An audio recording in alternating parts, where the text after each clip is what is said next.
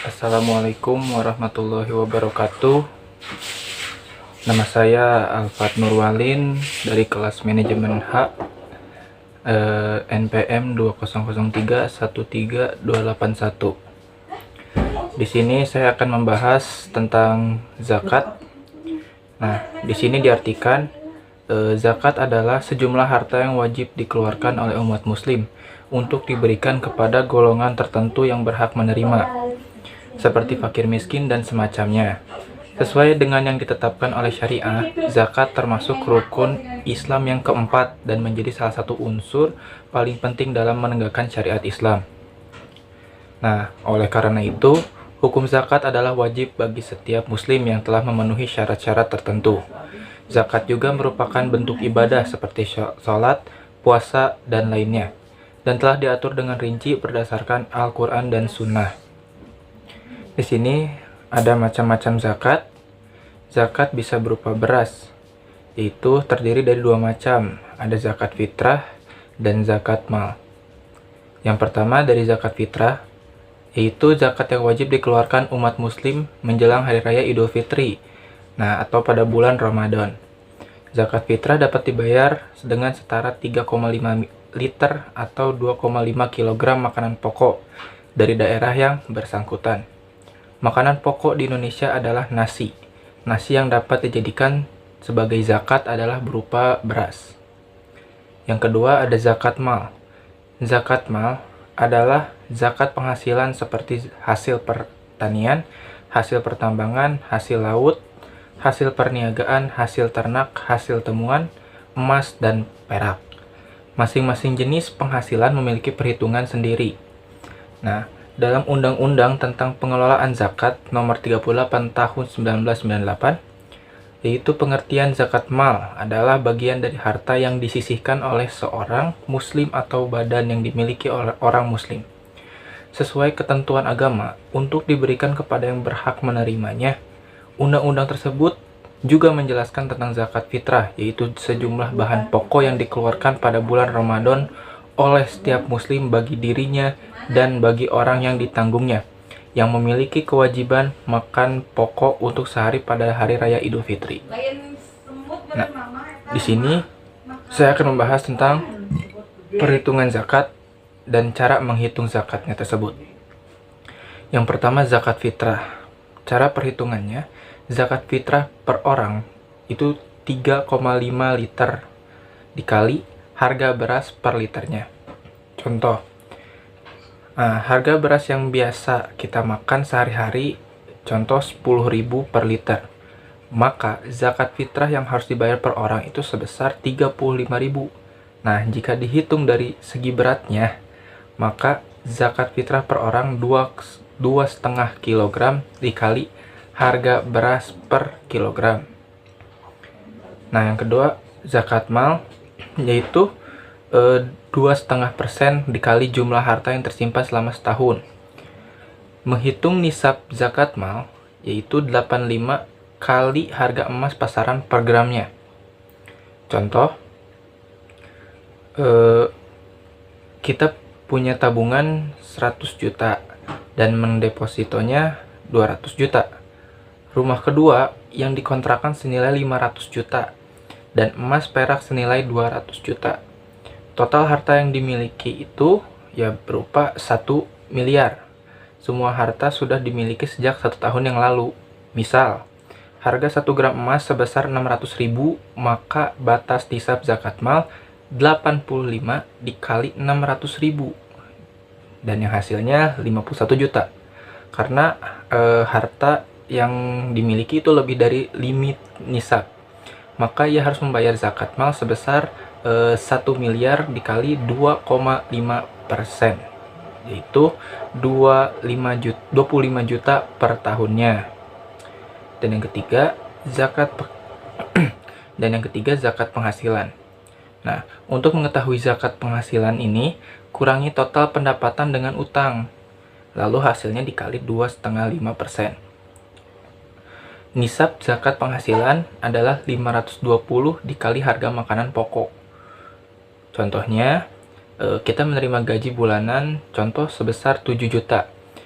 Dan misal ada utang cicilan motor sebesar 1 juta, maka sisa penghasilan tersebut masih 6 juta. Di sisi lain, rata-rata harga beras 1 kilonya adalah 10.000, anggap aja 10.000 ya. Jadi batas nisab zakat penghasilan 520 dikali 10.000 sama dengan 5,2 juta. Nah, karena sisa gajinya sudah melebihi batas nisab, maka zakat penghasilan yang wajib dibayar adalah 6 juta dikali 2,5%, yaitu 150.000. Nah, lalu saya akan membahas tentang penerima zakatnya. Nah, yang berhak menerima zakat, siapa saja yang berhak menerima zakat nih? Nah, yang berhak menerima zakat menurut kaidah Islam dibagi menjadi 8 golongan. Golongan-golongan tersebut adalah yang pertama fakir. Nah, golongan fakir ini adalah golongan orang yang hampir tidak memiliki apapun sehingga tak mampu memenuhi kebutuhan pokok hidupnya gitu. Yang kedua, golongan miskin. Golongan orang yang memiliki sedikit harta tetapi tidak bisa mencukupi kebutuhan dasar untuk hidupnya. Nah, yang ketiga ada amil. Orang yang mengumpulkan dan membagikan zakat. Yang keempat ada mu'alaf, orang baru masuk atau baru memeluk agama Islam dan memerlukan bantuan untuk menyesuaikan diri dengan keadaan baru. Dan yang kelima, ada hamba sahaya, orang yang ingin memerdekakan dirinya. Dan yang keempat ada gharimin, orang yang berutang untuk memenuhi kebutuhannya dengan catatan bahwa kebutuhan tersebut adalah halal, akan tetapi tidak sanggup untuk membayar utangnya. Dan yang ketujuh ada fisabilillah, orang yang berjuang di jalan Allah. Dan yang kedelapan ada ibnus sabil, orang yang kehabisan biaya dalam perjalanannya dalam ketaatan kepada Allah. Nah, dari pembahasan yang di atas pasti sudah dapat mengetahui ya apa yang termasuk orang yang harus membayar zakat, orang yang menerima zakat. Nah, tentu saja kayak orang-orang muslim itu wajib untuk membayar zakat agar dapat kebaikan yang bisa didapat.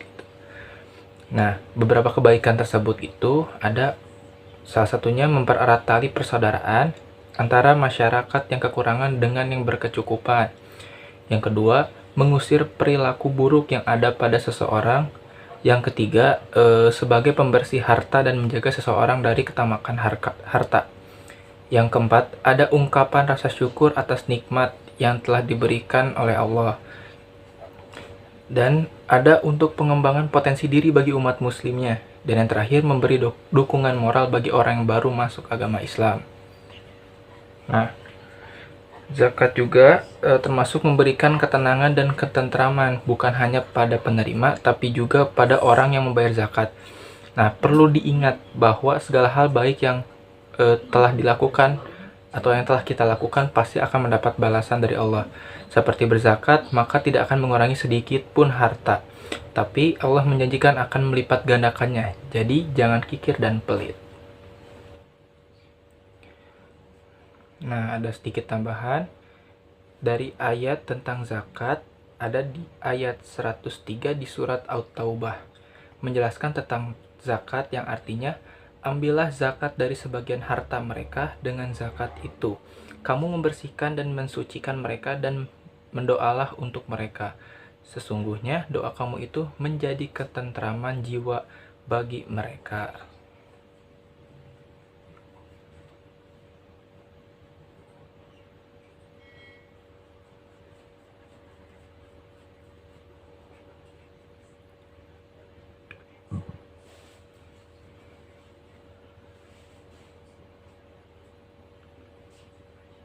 Nah, perlu diketahui juga penyebab dosa mereka adalah kecintaannya terhadap harta, maka yang ada di dalam ayat 103 dijelaskan tentang wujud taubat dan ketaatan dengan menunaikan zakat. Nah, sedekah atau zakat akan membersihkan diri dari dosa yang muncul karena mangkirnya mereka dari peperangan. Zakat juga dapat mensucikan diri dari sifat cinta harta atau ketamakan harta. Selain itu, zakat juga akan membersihkan diri dari segala sifat jelek akibat harta seperti kikir, tamak, dan semacamnya. Nah, hal itulah yang kemudian membuat Rasulullah SAW memerintahkan sahabatnya untuk menarik zakat dari kaum muslimin. Nah, Kemendak juga menafsirkan bahwa menunaikan zakat berarti membersihkan harta benda yang ditinggal, di mana harta itu merupakan hak orang lain mereka adalah orang yang kemudian ditentukan sebagai penerima zakat. Menunaikan zakat akan menyebabkan suatu keberkahan. Hal itu akan membuat harta menjadi berlipat. Nah, perintah ini berlaku terhadap semua pemimpin atau penguasa dalam masyarakat untuk memungut zakat, kemudian membagikannya kepada orang yang berhak menerima zakat. Sekian video dari saya. Wassalamualaikum warahmatullahi wabarakatuh.